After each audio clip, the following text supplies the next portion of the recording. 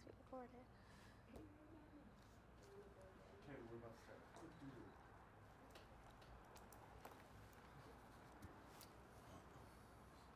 There's call for review of the San Jose State administration. I'm Jeff Samra, and I'll have a live report.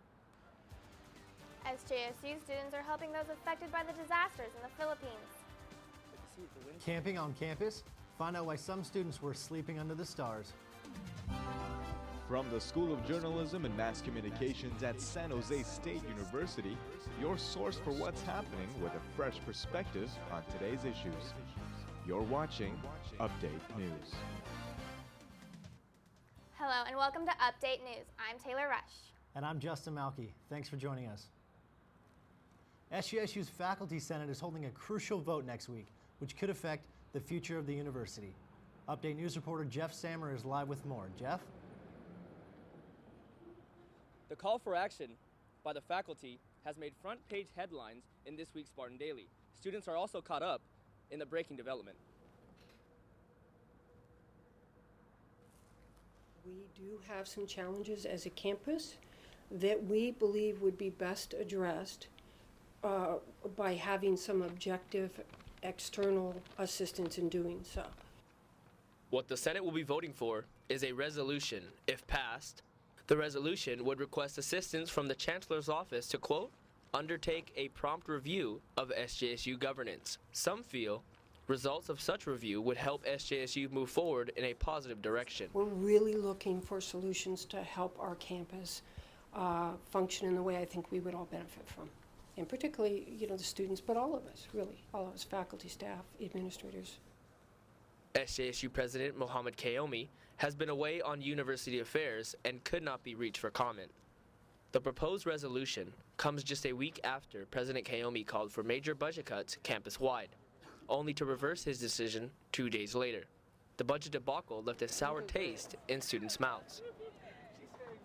Oh, I thought it was a great PR move, and exactly what that was. It was a PR move because President Mo saw that the campus and the faculty and everybody were upset, so it was like, let me pacify them for now, because it speaks volumes to be able to come up in 2 days to figure out, oh, we don't have to make cuts. So you knew all along there was some way that you didn't have to make cuts. You were just going to make the cuts. So it kind of made me lose a lot of respect for President Mo in the aspect that you would put the stake of our degrees and our education, but then 2 days later, you find a way to make it all better.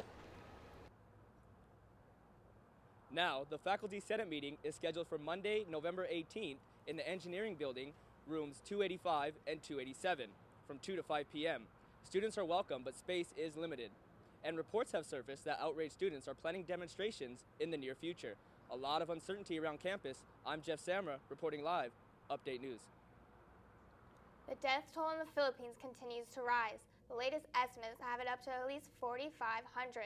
Update News reporter Ashley Belayo talked to a former San Jose State student whose family has When suffered. news started trickling to my family, it was pretty saddening, and we were all very worried because a lot of people don't know what's going on. Gigante is only one of the thousands of families affected by the recent Typhoon Haiyan.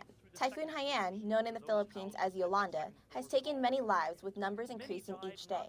The push for aid into Tacloban and other damaged areas are taking place all around the world. However, the outreach to family members in the Philippines has been difficult to achieve. So far we're talking to people who are in the Philippines but not in that region. They're the ones who are giving us news. A couple nights ago, me and my family were all together and we were around a phone listening to news from the Philippines, and it was pretty saddening. So far I know that I have 3 cousins that are confirmed dead and 6 that are confirmed dead that are nieces, nephews, and grandchildren. According to the latest Philippine government accounting, at least 80,000 homes are destroyed. I personally have been to that area of the Philippines. I've stood there, I've seen it, and it's beautiful. It's paradise. I never thought that it would be hit by a typhoon. I'm so taken back. Just to know that what was there is just flattened, and it's just sad because I really wanted to go back, but just knowing that happened, it'll never really be the same. Philippine citizens are seeing changes to their country. Junior Diane Licardo's father was on a different island when the typhoon hit. Well, my dad's in Zambales, Philippines right now, and he has experienced some of the weather changes.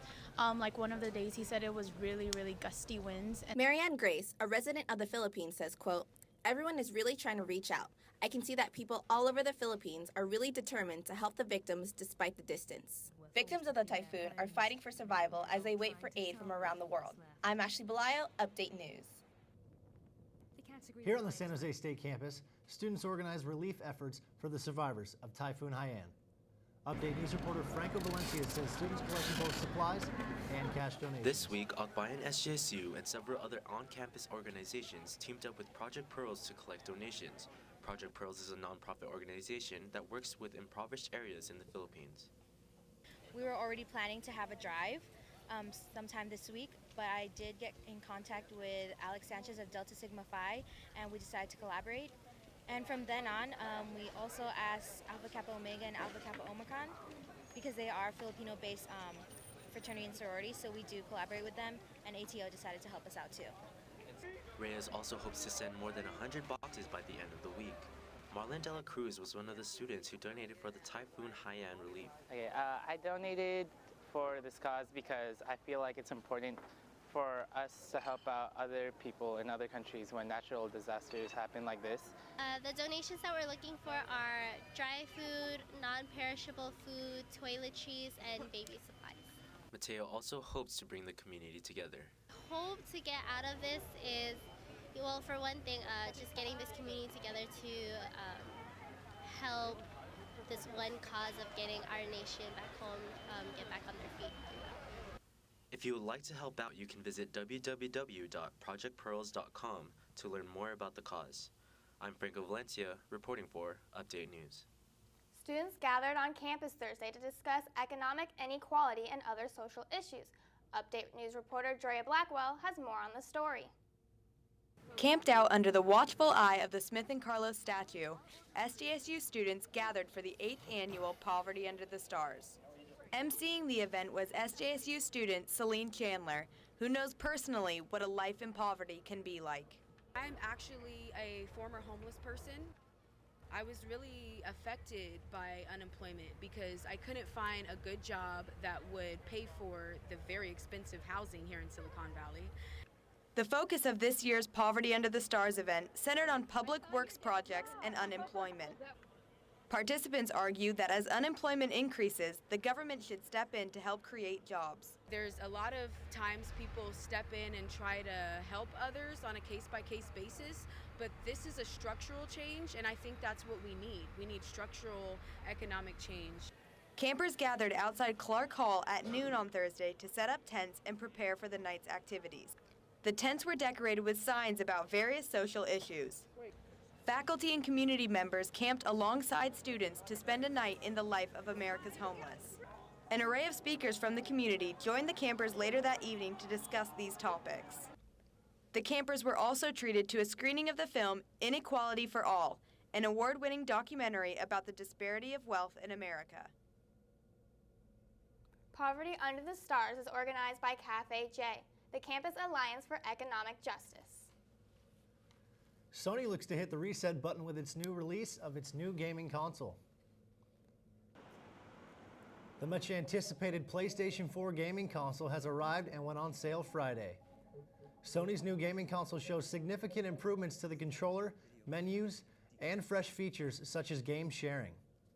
Better graphics than the Xbox One. Xbox One, you have to share. You can't share games. PS4, you can't share games. Like I say, my buddy and my friends has games and I don't have games, so I can just borrow one of his. The new controller contains a speaker and touchpad that can be pressed like a button. The start button has been replaced by options, while the select button is now share, which allows users to share and take screenshots and share them on social media sites. The PS4 is priced at $399, which is $100 cheaper than Microsoft's new Xbox One that comes out later next week. Why are Androids taking the lead in smartphone sales? Update News reporter Veronica Martinez has more details. iPhones on campus, Android phones are taking the lead with smartphone sales. CNET reports that smartphones continue to make their way up in sales. iPhones made their first appearance in 2007 containing a touchscreen instead of a stylus keyboard like a typical smartphone. The IDC Worldwide Quarterly Mobile Phone Tracker released the third quarter numbers of all smartphone shipments worldwide. According to the Huffington Post, 81% of Android phones have been shipped worldwide.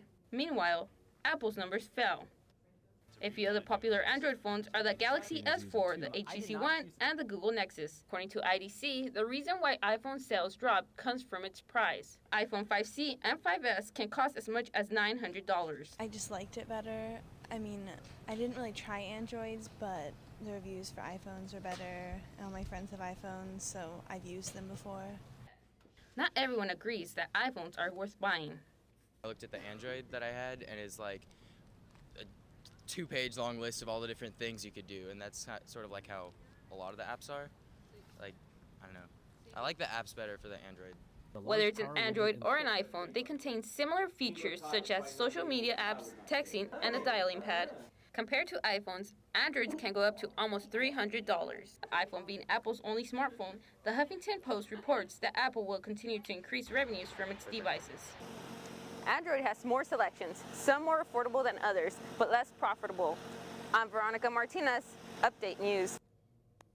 Coming up, find out how expiration dates are for more than just food. Hungry? We'll show you what Food Campus has to offer.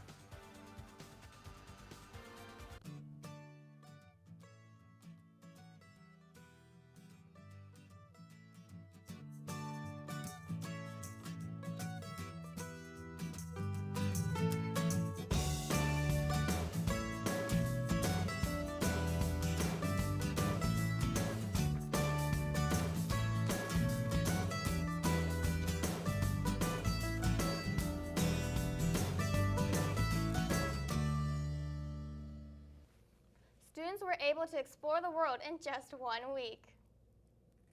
Hola. Bonjour. Ciao. Hallo an alle, einen wunderschönen guten Tag. This past week, students were exposed to different cultures. It was part of what was called International Week.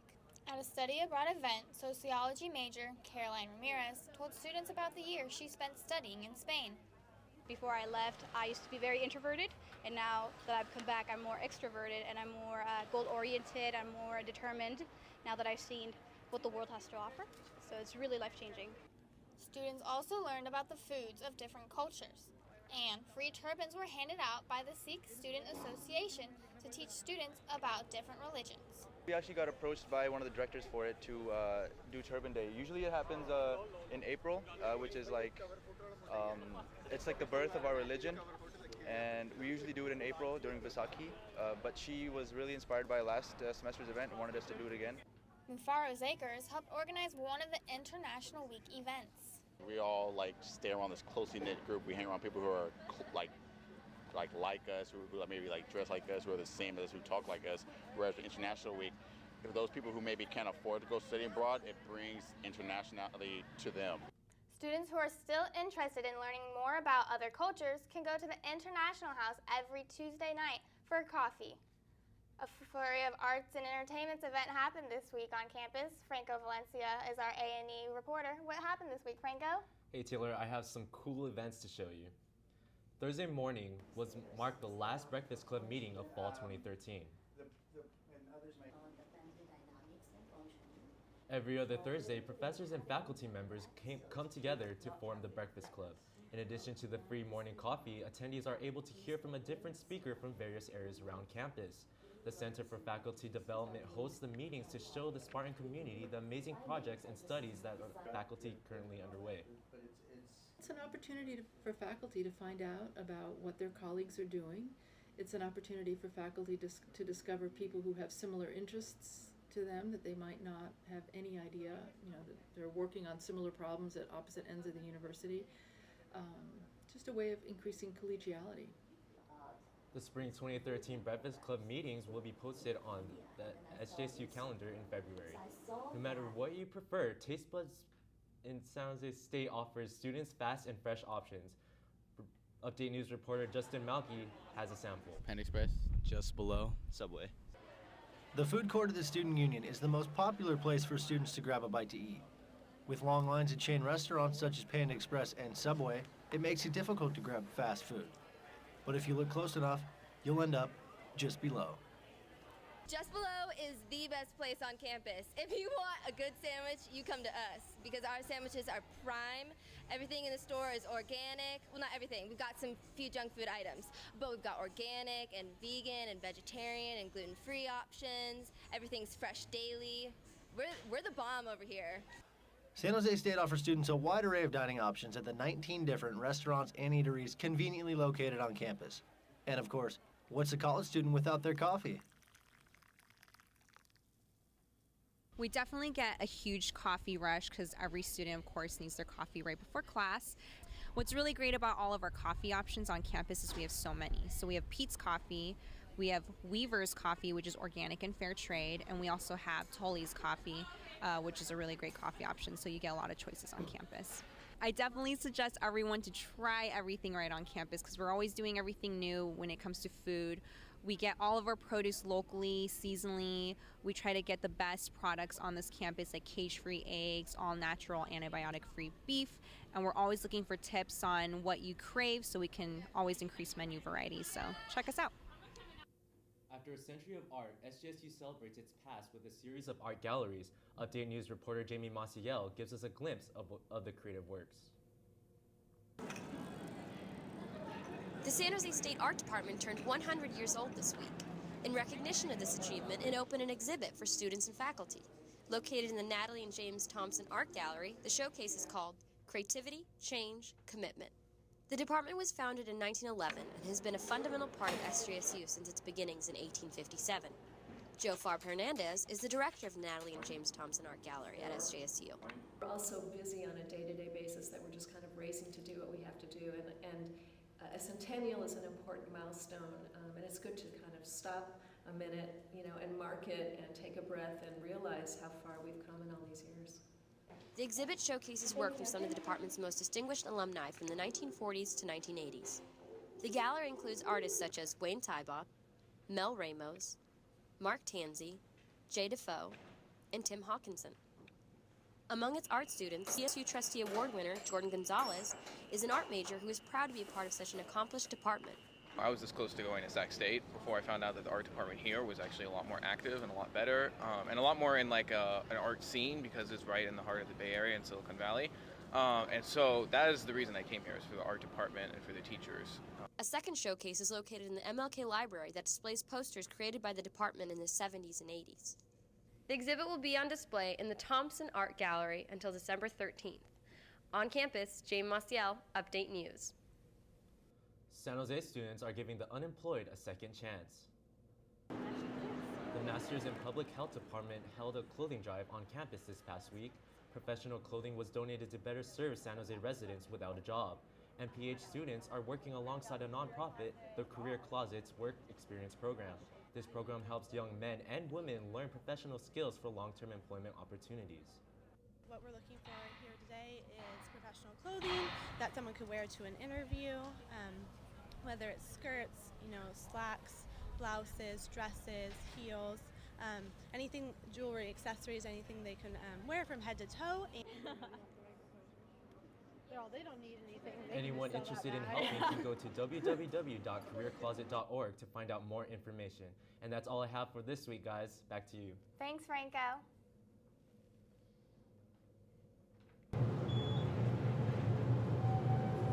Many of SJSU elevators display expired permits inside their cab. Some show permits that have expired for over a year. For example, the MLK Junior Library elevators have an expired permit that dates back to May of this year. It recently got a sticker that reads temporary permit from the Department of Industrial Relations. SJSU's art building has a single elevator that also displays a permit that expired in May of this year.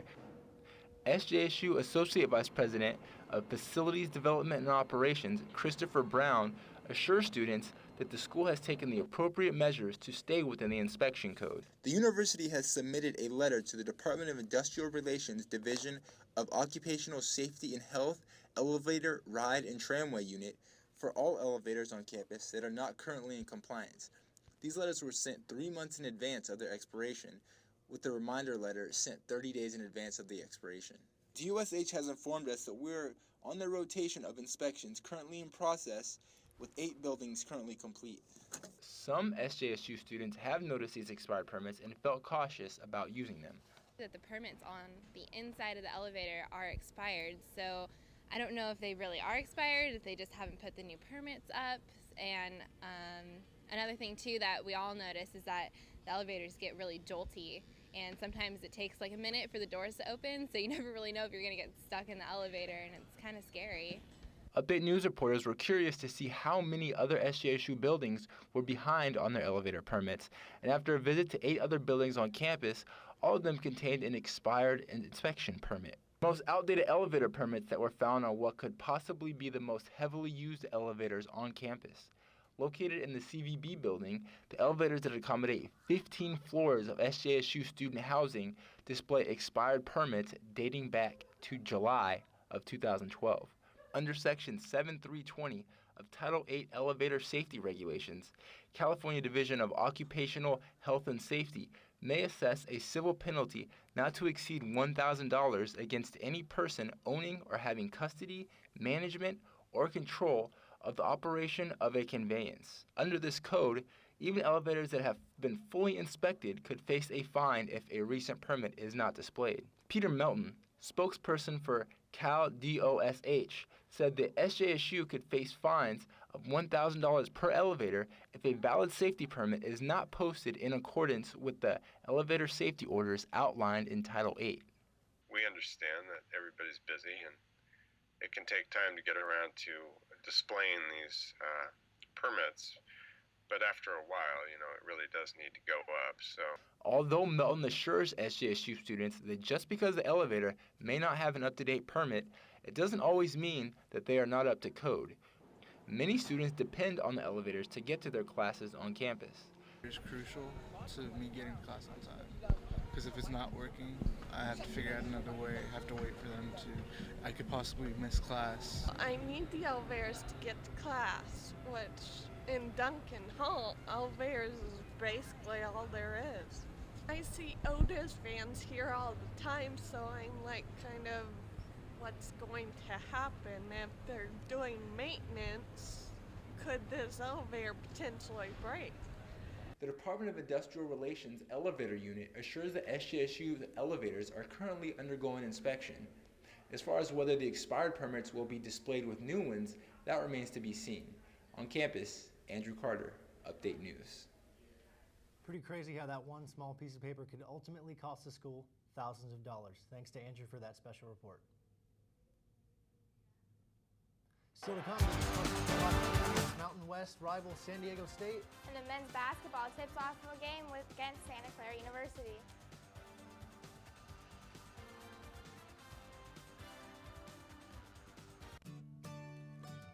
Sorry, that was because I didn't want to talking so I was like,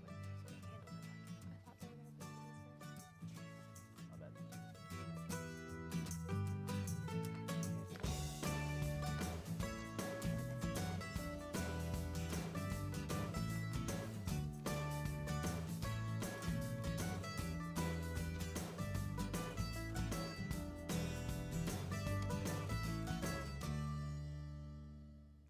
And now we hand it off to Drea for an update on SJSU athletics. Drea, how we been looking this week? Well, Justin, it is a rough week to be a Spartan, but let's get to it.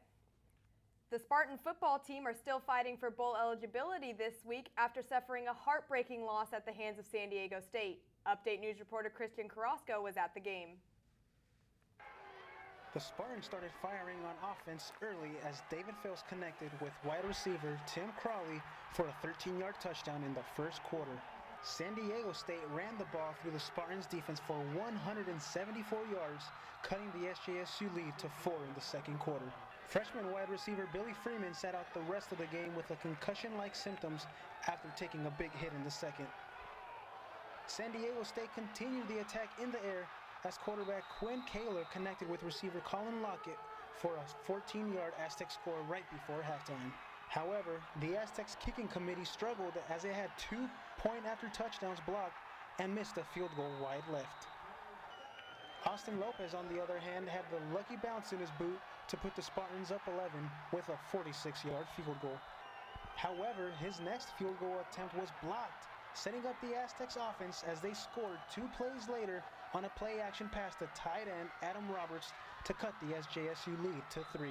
SJSU was unable to score late in the fourth, and San Diego State scored 14 consecutive points as Dave Muima went untouched as he scampered in the end zone for the game-winning touchdown as the Aztecs defeat the Spartans 34-30.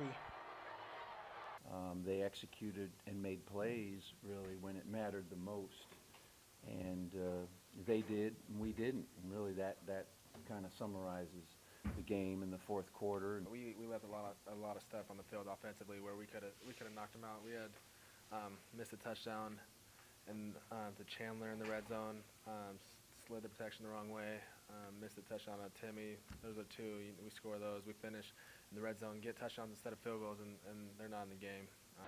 The Spartans' next home game is this Friday against Navy on ESPN2. This is Christian Carrasco reporting for Update News. The SJSU football team hits the road this weekend where they'll face off with Nevada's Wolfpack. The SJSU hockey team hosted a 4-team tournament this past weekend. The tournament featured San Diego State, the University of Oregon, and Northern Arizona. San Diego State took a stranglehold of the showcase, going 3-0, while San Jose State went 2-1, suffering a heartbreaking loss in overtime. Spartans did very well. They were able to knock off number 2 on Friday. They played number 6 very, very close. Ended up dropping one in overtime to San Diego, and then had a solid victory against the University of Oregon. SJSU improves its record to 9-2 on the season. They head to Utah this upcoming weekend for the Beehive Grill Showcase.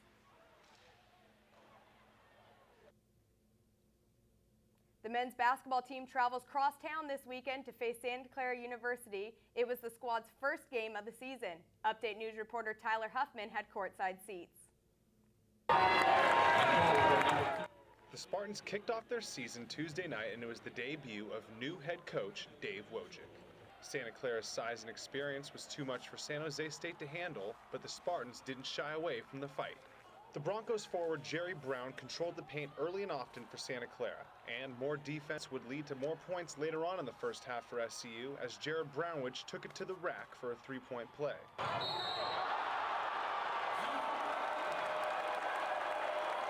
Santa Clara stampeded the Spartans to a 14-point lead at the break.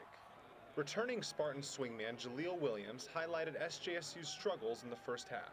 He came out a little lackadaisical at first, and we didn't get the ball moving like we were supposed to. We turned it over a lot. The Broncos continued to dominate in the paint in the second half, pushing the lead to 20 points with 7 minutes to go. But the young Spartans didn't quit and showed resolve, cutting the lead down to 8 with 2 minutes to go.